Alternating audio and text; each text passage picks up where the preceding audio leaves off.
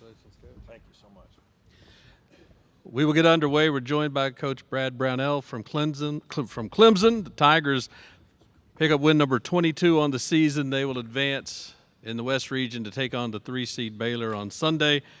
Coach Brownell is joined by Chase Hunter, redshirt sophomore guard, who had 21.6 assists in today's game. And P.J. Hall, 14 points today on 5 of 9 shooting from the field. Also defensively, Clemson holding New Mexico to 29% shooting. We'll have Coach Brownell start us with an opening statement, and then we'll open it up to questions for the student athletes. Coach? Yeah, really proud of our players. I just thought we played at a very high level, super competitive spirit, togetherness, toughness. New Mexico comes in playing extremely well. Richard's done an unbelievable job with their team, and we were ready. And I'm just happy that our guys were able to get past our last performance. Certainly, we're excited to be here, be a part of this great tournament, and looking forward to another big matchup on Sunday, I guess. We will begin with questions for the student athletes. If you'll raise your hand, we'll get a microphone to you. Start with your name and affiliation and the student athlete you're directing your question toward in the front. Hey, Chase, David Hood with TigerNet.com. When PJ and Chef both went to the bench with 3 fouls, it looked like you elevated your game even another level, knowing that you kind of had to take over there. What was your mindset kind of coming into that stretch of the game, knowing that New Mexico had the momentum?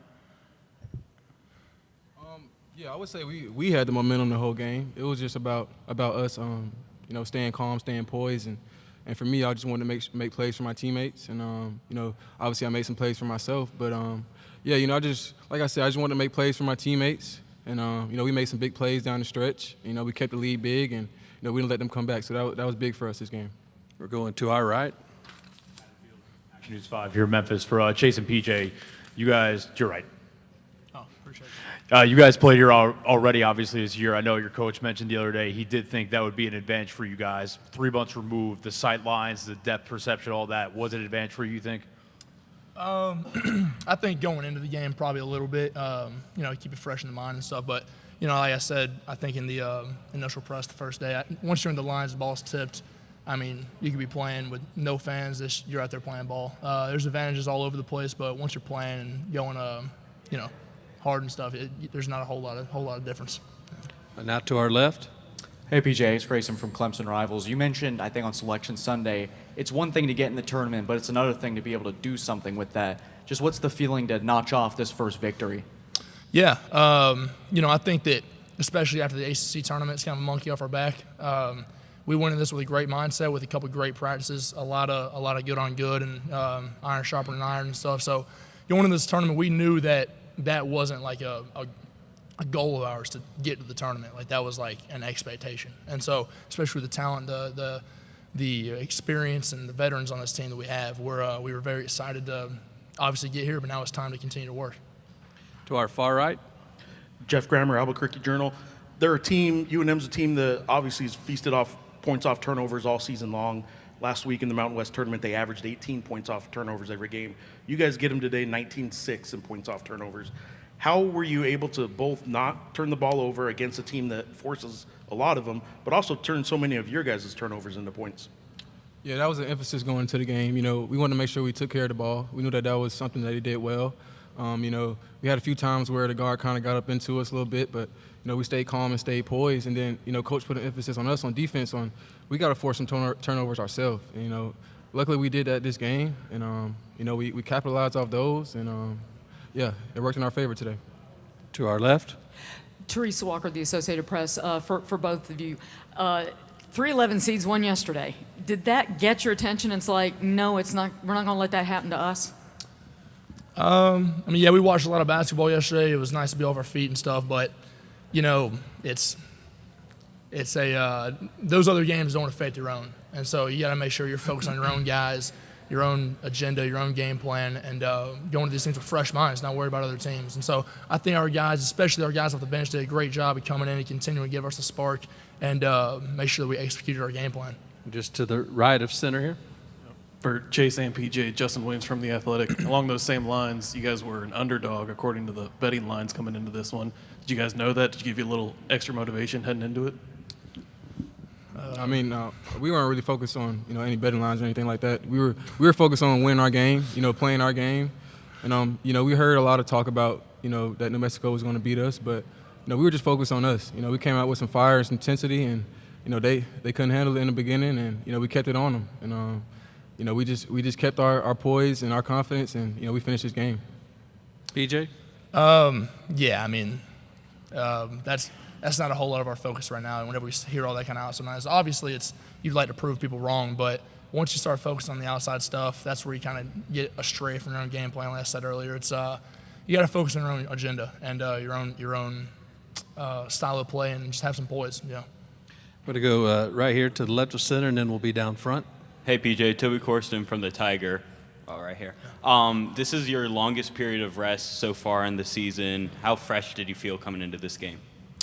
I felt super fresh. I think a lot of you guys did. But at the same time, we're all 23 and under. We're still, we might be old for college guys, but we're still pretty young. So we have fresh legs, and you got to think about it. One thing that I like to think about is when you're going through the preseason, you're going through 2.5, 3 hour practices every day of a lot of good on good going up and down. And so if you're doing that back to back days, this is nothing. And so having fresh legs and being motivated is not the problem for these games, Yeah, you got a little rest and foul trouble too. In front here. John Blau with the Post and Courier. PJ, about being in the foul trouble.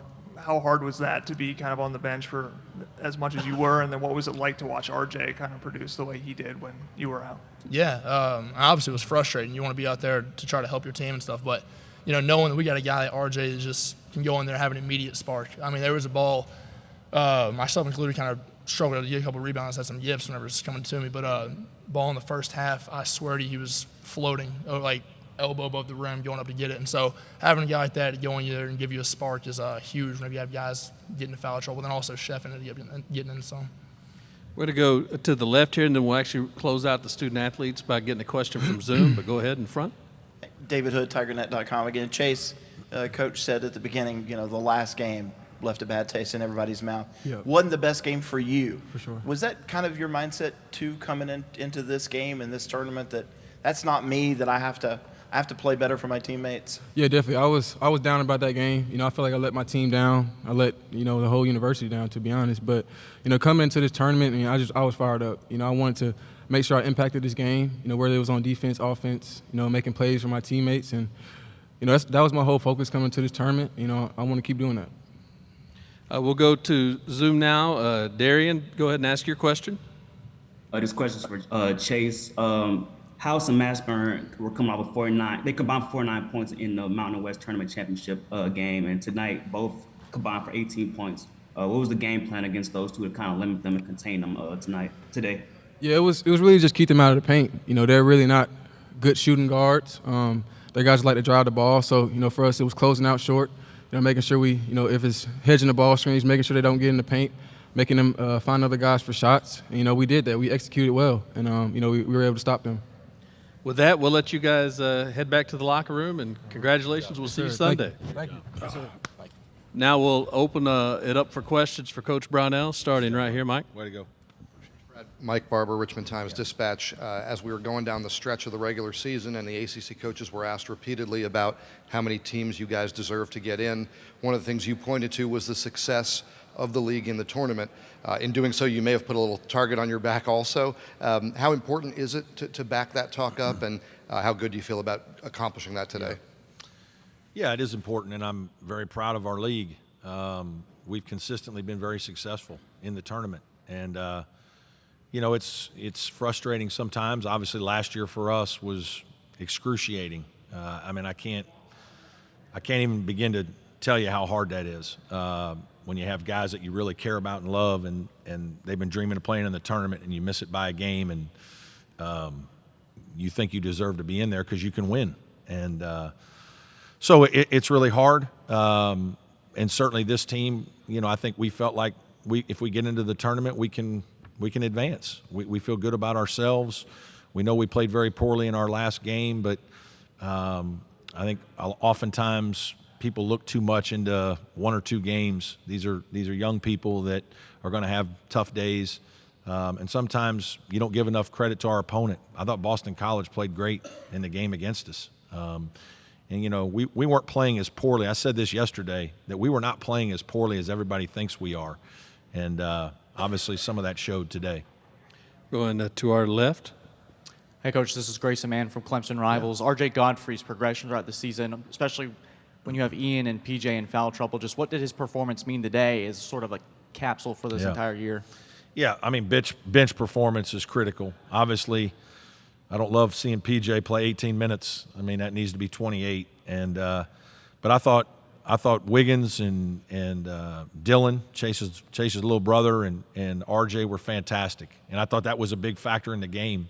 To be honest, those guys didn't play as well at Boston College game either. We didn't have anybody play well. And so, you know, it takes 6, 7, 8 guys really competing at a high level and playing together. And we had that tonight. But I'm super happy for RJ. He's an unbelievable young man, tremendous positive energy giver, and he works really hard at it. So, you know, his athleticism is certainly a factor, and he was a major factor today. Going to our right. Coach, defensively today, you held them to 29% shooting, 3 of 23 from 3, won the turnover battle. On that end, what were you most pleased with?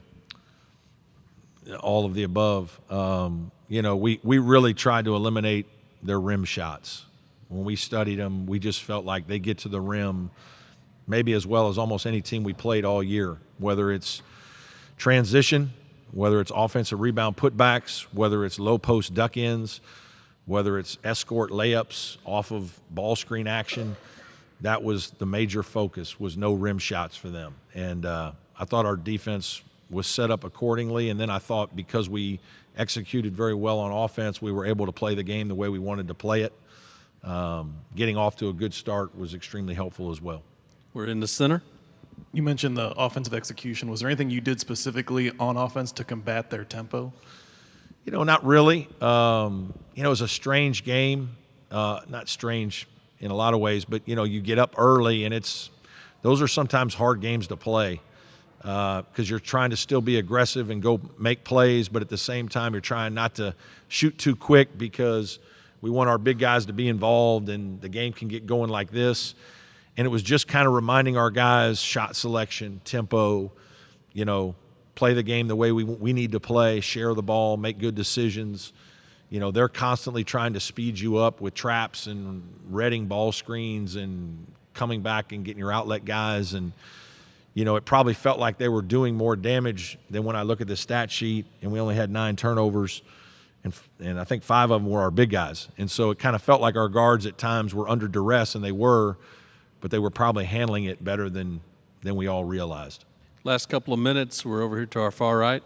Brad asked the players too. The points off turnover, kind of flipping that script, is something that, you know, they've been feasting on when they've been successful all year. Is it as simple as just saying, "Hey, protect the ball"? You know, do you know? Basketball sureness is a term we use, and it's just shot faking, pass faking, stepping around, pivoting, playing off 2 feet. Fundamental discipline, you know, that you have to show under duress. And, you know, that's not the fun stuff that guys like to practice. But in games like this, it's critical. And I thought our guys did a pretty good job of that this game. So it's all the stuff you do, 2-minute drills we call them, and things that we do in pre-practice to fundamentally get our guys as sound as we can. Okay, we'll go to left of center for 1, and then our last 2 will come on this side. Go ahead. Hey, Coach, what did it mean to you to get those walk-ons in that final minute? Yeah, that was great. Those guys do an unbelievable job for us and work so hard, and you know, you're just happy to reward them. You know, they're great kids that give everything they have every day. They do everything our scholarship guys do. They lift, they run, they practice hard, they come in extra. So for those guys to get that memory is terrific. Down front. John Blau with the Post and Courier. Chase Hunter again, 0 of 10 in the ACC tournament game. How mentally strong do you have to be to come back from a game like that and play this way? We've talked about the ups and downs of Chase's career. Yeah, you know, just, you know, he wanted to play very well, and he was heartbroken, disappointed. Obviously he just told you, he felt like he let a lot of people down. And, that's why I'm so proud of our guys. We have great kids. They're not just for their performance, but they let their team down. They let the university down, he said. I mean, how many kids say that, right? Like, how many kids are thinking about other people like that? High character kid. I'm happy for him, and not surprised at all that he bounced back and played the way he did. Last one, Mike. The Richmond Times-Dispatch. I asked you yesterday about in-game adjustments with older players. How about with the day in between a game? Can you put more in the scout? Can you do more, or is that risky business? No, we just approach it. I probably make our guys learn more than most. I challenge them that way. Smart, tough, together teams win. It's funny. I wrote it on the board on my little marker board at halftime, again, to remind our guys, smart, tough, together teams win. And the smart part is important. You can't just play hard. You can play as hard as you want, but if you're not doing the right things, you're not going to win. I mean, the teams that are still in this tournament, top 32 teams in the country, know how to play. They have good players. They have great coaches. You got to execute. And, certainly I'm proud of my guys for the way they did that today. And we know we'll have to do the same thing. Scott, Drew's an incredible coach, won a national championship, and has a very talented team. So we'll have to be on the top of our game to win. Coach, thank you for your time. Thank you very much. Yeah. And we'll stay right here and be joined by Coach Patino and student athletes from New Mexico.